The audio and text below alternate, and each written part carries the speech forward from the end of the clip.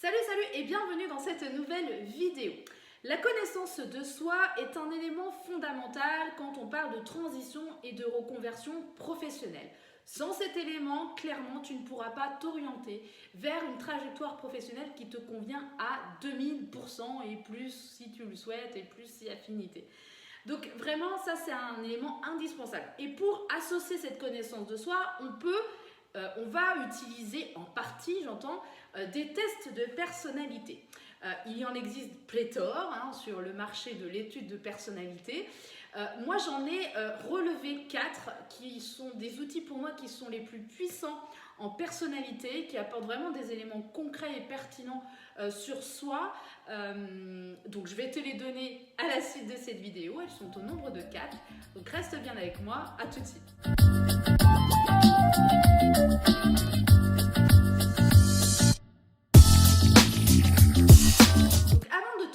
Ces 4 tests de personnalité, je voulais donc d'une part te préciser que ces 4 tests, je te mets le lien des tests en ligne que tu peux faire directement sur internet, mais je tiens à mettre une attention particulière, c'est que ce sont des tests en ligne, donc tu vas recevoir un résultat avec une synthèse. Ça va t'apporter des informations, mais ça ne va clairement pas t'apporter des éléments précis sur ta personnalité à toi, on va dire vraiment singulière. C'est pourquoi c'est important que ces tests-là, tu les fasses en présence d'un professionnel spécialisé sur ces tests. Parce qu'il va t'apporter des éléments plus approfondis, il va te permettre d'utiliser ces éléments de réponse dans ton quotidien et donc dans ta vie professionnelle si tu es justement dans ce changement de vie professionnelle et dans cette interrogation. C'est vraiment important que ces tests que tu peux essayer de faire en ligne, eh bien, tu les confrontes avec des professionnels qui t'expliquent, qui t'amènent au-delà des résultats que tu peux avoir sur Internet et donc de pousser un peu plus loin cette connaissance de soi et d'aller chercher en profondeur encore plus d'informations. Alors, on va commencer par le premier test qui est l'un des plus plébiscités par les spécialistes de l'étude de la personnalité. C'est le MBTI. Donc c'est un test, évidemment, pour mieux se connaître, mais aussi mieux se comprendre et comprendre aussi nos choix. Ok ?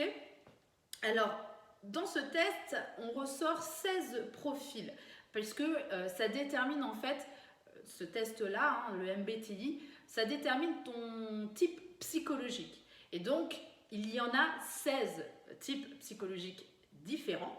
Donc, quand tu réponds aux différentes questions de ce test, eh bien, ça va ressortir un profil en particulier.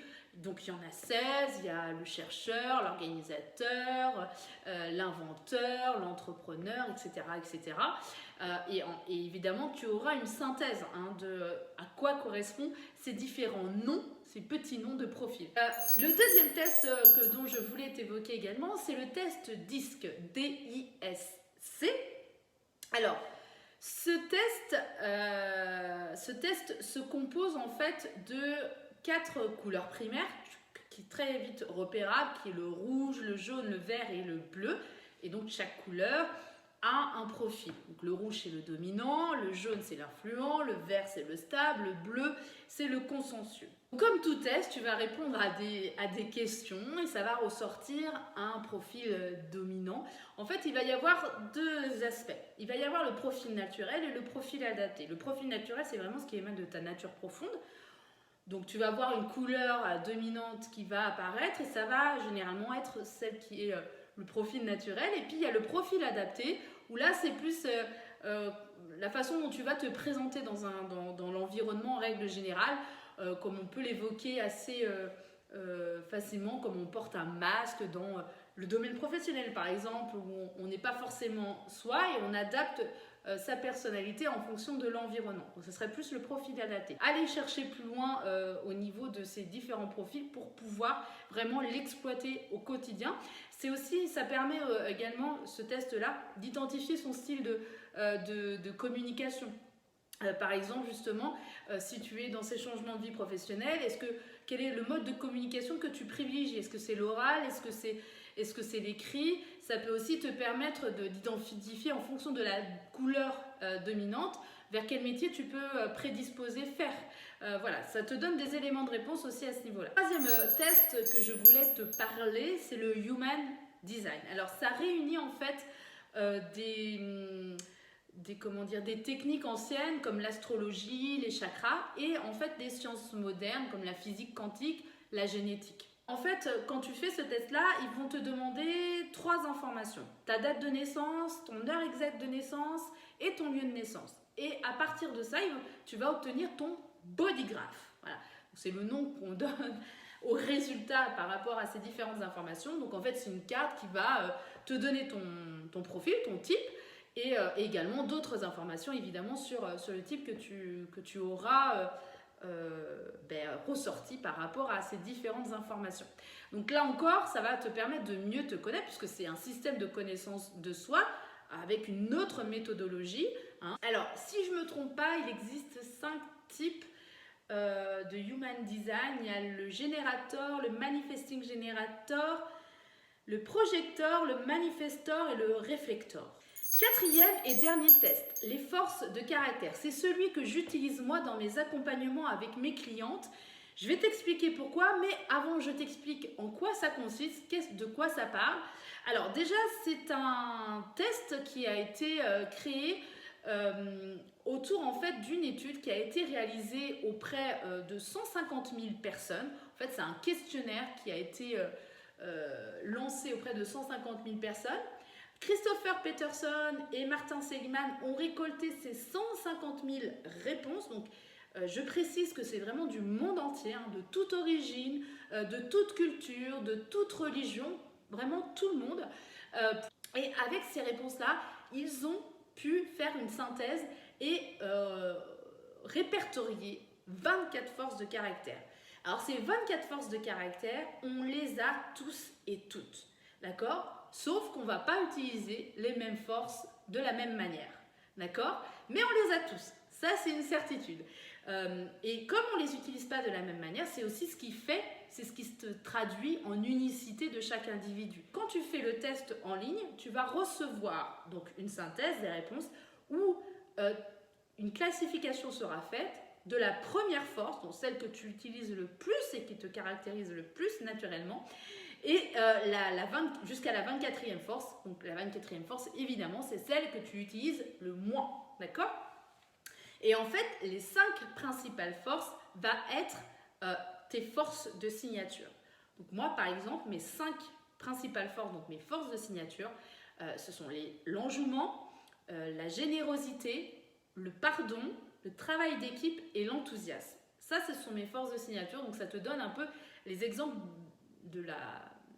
des forces que tu peux recevoir ou en tout cas avoir dans ce test-là. Évidemment, il y en a du coup 19 autres que je n'ai pas citées. Alors pourquoi moi j'utilise ce test-là? D'une part parce que je suis formée en psychologie positive et je crois absolument à cette science humaine et à ses bienfaits, et aussi parce que ce sont vraiment des facteurs de bien-être et d'épanouissement. C'est ce qui va te permettre de te sentir le plus aligné possible dans ta vie et dans ta vie au travail.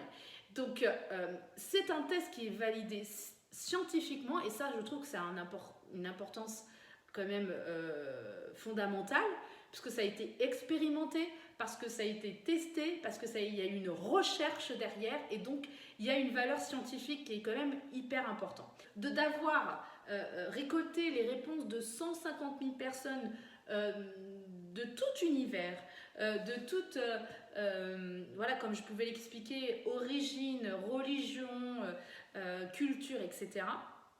Je trouve que ça permet aussi de proposer ce test-là à vraiment tout type de personnes et en plus de savoir que c'est une disposition positive de la personnalité, donc ce sont vraiment des forces qui émanent de chez soi. Je trouve aussi que c'est très intéressant de le prendre dans cet état d'esprit-là. Et puis le fait de l'unicité, parce que comme je l'évoquais aussi, c'est que comme on n'utilise pas les mêmes forces au même moment, de la même intensité, eh bien en fait automatiquement on ne va pas être pareil. On ne va pas utiliser la force de la générosité de la même manière. L'important, c'est que chacun puisse se retrouver, se sentir aligné avec ses forces et de pouvoir les utiliser et les développer au quotidien.